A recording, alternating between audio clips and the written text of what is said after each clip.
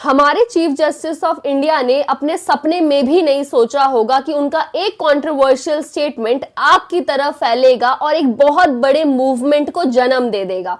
15 मई 2026 को जब supreme court की हियरिंग चल रही थी, तब chief justice of India Suryakant ji ने एक बहुत ही कंट्रोवर्शियल स्टेटमेंट दिया, जिसमें उन्होंने इंडिया के यूथ को कॉकरोचेस बोला। Youngsters like cockroaches. They don't get any employment. They don't have any place in profession. Some of them become media. Some of them become social media. Some of them become RTI activists. Some of them become another activists, and they start attacking everyone. And you people file contempt petition because I go to you not taking up the matter of as if there are already parasites in society who attack you people. You attack the system, and you want to join hands with them. No.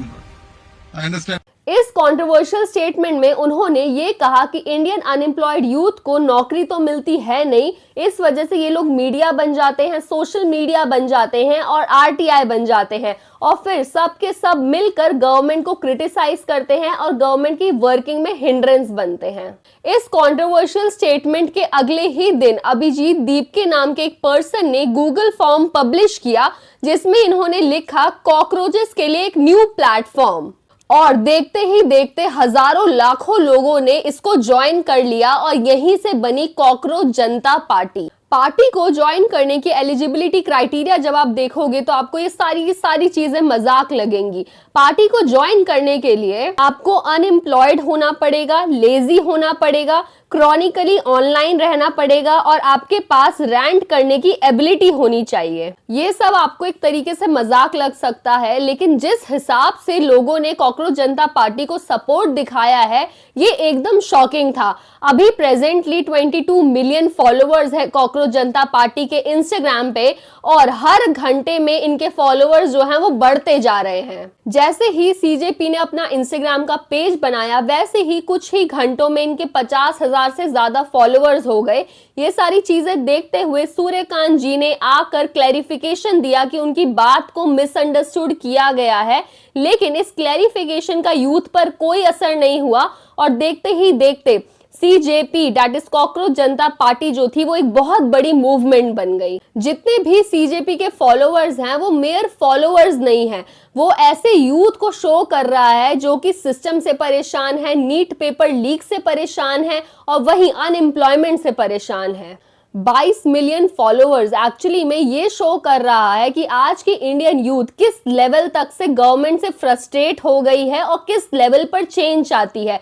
लोगों के support की वजह से CJP आज एक बहुत बड़ा movement बन गई है। बहुत सारे ऐसे लोग हैं जो कि सीजेपी को लेके काफी सारे सवाल उठाते हैं कि सीजेपी पे ट्रस्ट किया जा सकता है या नहीं किया जा सकता है, सीजेपी के थ्रू कोई ग्राउंड रियलिटी कुछ चेंज होगी या फिर नहीं होगी, या फिर सिस्टम वैसा का वैसा ही रहेगा, सीजेपी एक्चुअली में एक लंबा मूवमेंट बनेगा या फिर कुछ ही दिनों में ठंडा पड़ जाएगा। देखा जाए तो सीजेपी के स्ट्रक्चर में काफी सारी शॉर्टकमिंग्स हैं।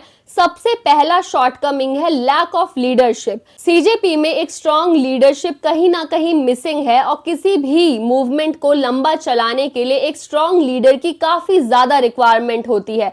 बिना किसी स्ट्रॉन्ग लीडरशिप के ये जो मूवमेंट है ये डायरेक्शन लेस हो जाएगा और अपना लॉन्ग टर्म सक्सेस जो है वो अचीव नहीं कर पाएगा। नेक्स्ट बात आती है इलेक्टोरल रिप्रेजेंटेशन की। सीजेपी जो है वो एक रजिस्टर्ड पॉलिटिकल पार्टी नहीं है, इस वजह से वो एक्चुअल इलेक्शंस में पार्टिसिपेट नहीं कर सकती है। सीजेपी को आप एक तरीके से प्रोटेस्ट मूवमेंट की तरह कंसीडर कर सकते हो, जो कि सिर्फ और सिर्फ एक डिजिटल सटायर है। ये जो सीजेपी है ये सिर्फ और सिर्फ गवर्नमेंट पे प्रेशर क्रिएट कर सकती है ताकि वो यूथ की प्रॉब्लम्स को सीरियसली ले। सीजेपी को कहीं ना कहीं एक तरीके से डिजिटल लिमिटेशंस और सेंसरशिप का भी सामना करना पड़ सकता है। सीजेपी एक ऐसा मूवमेंट बना है जो कि सिर्फ और सिर्फ प्रीडोमिनेंटली एक तरीके से ऑनलाइन एग्जिस्ट कर रहा है, तो इस वजह से गवर्नमेंट जो है वो सीजेपी पे क्रैकडाउन कर सकती है। जो सीजेपी का ओरिजिनल अकाउंट था उसको गवर्नमेंट ने विदहेल्ड कर दिया है आईटी लॉस के अंडर, और गवर्नमेंट जो है वो कहीं ना कहीं सीजेपी का जो वायरल रीच है उसको सप्रेस करने की कोशिश कर रही है।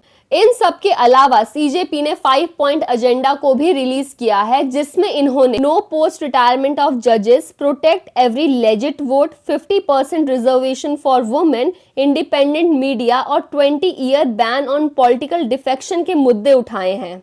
लेकिन एजेंडा में ऐसे अभी काफी सारे मुद्दे हैं जो कि इंपॉर्टेंट है, लेकिन सीजेपी के एजेंडा में एडेड नहीं है। तो अगर सीजेपी अपने एजेंडा को बढ़ाती है और भी सारे मुद्दों को ऐड करती है तो सीजेपी कहीं ना कहीं और ज्यादा स्ट्रांग और एक बड़ी मूवमेंट बन सकती है। अब as a responsible citizen of our country हमारी ये रिस्पॉन्सिबिलिटी बनती है कि हम अपने माइंड में क्रिटिकल थिंकिंग को डेवलप करें। हम सबसे सवाल पूछें, चाहे वो मीडिया हो, सोशल मीडिया में कोई पोस्ट हो या फिर हमारी खुद की सरकार हो। हमारी ये रिस्पॉन्सिबिलिटी बनती है कि हम सबसे सवाल पूछें। किसी भी इंफॉर्मेशन में बिलीव करने से पहले आपको ये खुद से पूछना है कि ये इंफॉर्मेशन सही भी है या नहीं है। अगर आप कोई डेटा पढ़ रहे हो या देख रहे हो तो आपको खुद से पूछना है कि इस डेटा का सोर्स क्या है। ये डेटा जो हम पढ़ रहे हैं या देख रहे हैं वो सही भी है या नहीं है। कोई भी पॉलिटिकल पार्टी या कोई भी ऑर्गेनाइजेशन जेन्युइनली हमारे लिए सही सोच रहा है या नहीं सोच रहा है, या फिर यूथ की पावर का सिर्फ गलत यूज कर रहा है, ये सारी चीजें हमें क्रिटिकल थिंकिंग के थ्रू सोचनी पड़ेगी। जब आम जनता एविडेंस और फैक्ट के बेसिस पे सिस्टम और सरकार से सवाल उठाना शुरू करती है, तब सरकार को समझ आता है कि आज के यूथ को बेवकूफ बनाना बहुत ज्यादा मुश्किल है और लगभग इम्पॉसिबल बात है। अगर ये वीडियो आपको थोड़ी सी भी इंफॉर्मेटिव लगी होगी तो प्लीज लाइक और सब्सक्राइब कर देना। तब तक के लिए see you in the next video.